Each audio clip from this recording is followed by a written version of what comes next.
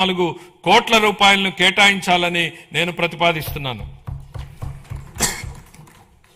పట్టణాభివృద్ధి అమృత్ 2.0 పథకం కింద 111 పట్టణ స్థానిక సంస్థల్లో మొత్తం 506 ప్రాజెక్టులు అమల్లో ఉన్నాయి. అదనంగా యుఐడిఎఫ్ ఏఐబి సహకారంతో చేపట్టినటువంటి ప్రాజెక్టులు కూడా పురోగతిలో ఉన్నాయి. ఈ ప్రాజెక్టులన్నింటికీ 2027 డిసెంబర్ నాటికి పూర్తి చేయాలనే లక్ష్యంతో ముందుకు సాగుతున్నాం. ఆ సందర్భంలో 2 సంవత్సరాల వ్యవధిలో యుఐడిఎఫ్ కింద ఆంధ్రప్రదేశ్ కు అదనంగా 4,000 కోట్లను మంజూరు చేయడంలో సహకరించిన గౌరవ కేంద్ర ఆర్థిక మంత్రి గారికి మా కృతజ్ఞతలు. 1982లోనే స్వర్గీయ ఎన్టీ రామారావు గారు ఆహార భద్రతా ప్రాధాన్యతను గుర్తించారు. అదే స్ఫూర్తితో మా ప్రభుత్వం 204 అన్నా క్యాంటీన్లను నిర్వహిస్తోంది. 2000 మార్చి నాటికి వాటి సంఖ్యను 275కు పెంచి అతి పేద ప్రజలకు కూడా తగిన ఆహారం అందుబాటులో ఉండేలా చేసి ఆకలిని నివారించడమే మా లక్ష్యం.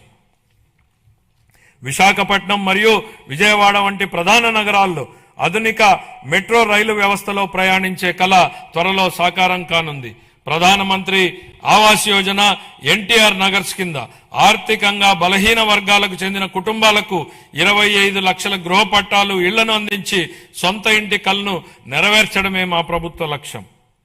అమరావతి ప్రజల రాజధాని మా ప్రజల రాజధాని అమరావతి అభివృద్ధికి మద్దతు అందించిన గౌరవ ప్రధానమంత్రి శ్రీ నరేంద్ర మోడీ గారికి హృదయపూర్వక కృతజ్ఞతలు. ఆంధ్రప్రదేశ్ శాశ్వత రాజధానిగా అమరావతికి చట్టబద్ధత హోదా కల్పించే ప్రక్రియ ప్రారంభించినందుకు ఆయనకు ప్రత్యేక ధన్యవాదాలు. వివిధ ఆర్థిక సంస్థల ద్వారా స్వయం సమృద్ధి నమూనాలో నిధులను సమీకరించి పనులను వేగవంతంగా ముందుకు తీసుకెళ్తున్నాం. 57,868 కోట్ల విలువైన 97 పనులకు పరిపాలనా అనుమతులు జారీ చేశాం. ఇది మా ప్రభుత్వం ప్రజల రాజధాని అమరావతిని నిర్మించాలనే నిబద్ధతకు స్పష్టమైన నిదర్శనం. 2026-27 ఆర్థిక సంవత్సరానికి మున్సిపల్ పరిపాలన మరియు పట్టణాభివృద్ధి శాఖకు 14,539 కోట్లను కేటాయించాలని నేను ప్రతిపాదిస్తున్నాను.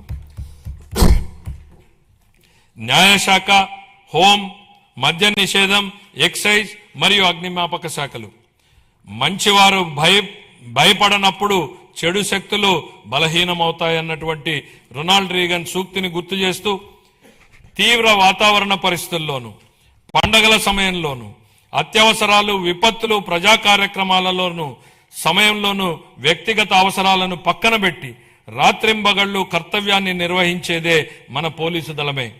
కాకి యూనిఫామ్ గౌరవం మరియు హుందాతనాన్ని భుజాన మోస్తూ ఏదైనా ఆపదొస్తే మొట్టమొదటిగా స్పందించేది వారే.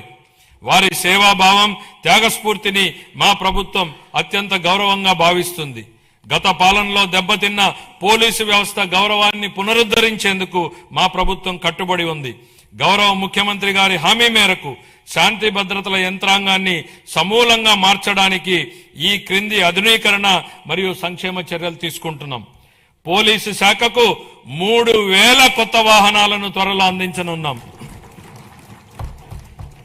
డిజిటల్ అరెస్టులు, ఆన్లైన్ మోసాల వంటి ఆధునిక నేరాలను ఎదుర్కొనేందుకు ప్రతి జిల్లాలో ప్రత్యేక సైబర్ పోలీస్ స్టేషన్ను ఏర్పాటు చేస్తున్నాం. స్మార్ట్ పోలీసింగ్ ల్యాబ్ల స్థాపన, కృత్రిమ మేధస్సు ఆధారిత ప్రాజెక్టులు, ఆధునిక కమ్యూనికేషన్ భద్రతా పరికరాలు, సీసీటీవీ మరియు డ్రోన్ వినియోగంలో సాంకేతికంగా దృఢమైన పోలీసు వ్యవస్థని నిర్మిస్తున్నాం. కొత్త ఏపీ పోలీస్ అకాడమీ స్థాపన కోసం 94 ఎకరాలు కేటాయించాం. నిర్మాణ పనుల ప్రారంభానికి ఈ సంవత్సరంలో 15 కోట్ల రూపాయల కేటాయింపును ప్రతిపాదిస్తున్నాను. శ్రీకాకుళం, రాజమండ్రి, ప్రకాశం, చిత్తూరు జిల్లాల్లో 4 కొత్త ఇండియా రిజర్వ్ ఏపీఎస్పీ బెటాలియన్లను ప్రారంభించి 3,920 పోస్టులను మంజూరు చేశాం. పౌర పోలీసు నిష్పత్తిని మెరుగుపరిచేందుకు 5,757 స్టైఫండరీ కేడెట్ ట్రైనీ కానిస్టేబుళ్లను నియమించాం. శిక్షణ సమయంలో వారికి ఆర్థిక మద్దతుగా నెలవారీ భత్యాన్ని 4,500 నుండి 12,000 వరకు 3 రెట్లు పెంచినట్లు గౌరవ ముఖ్యమంత్రి గారు ప్రకటించారు. అమలు చేయడం జరుగుతోంది.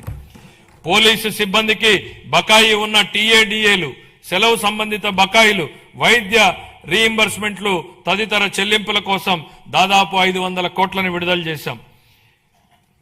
Police constable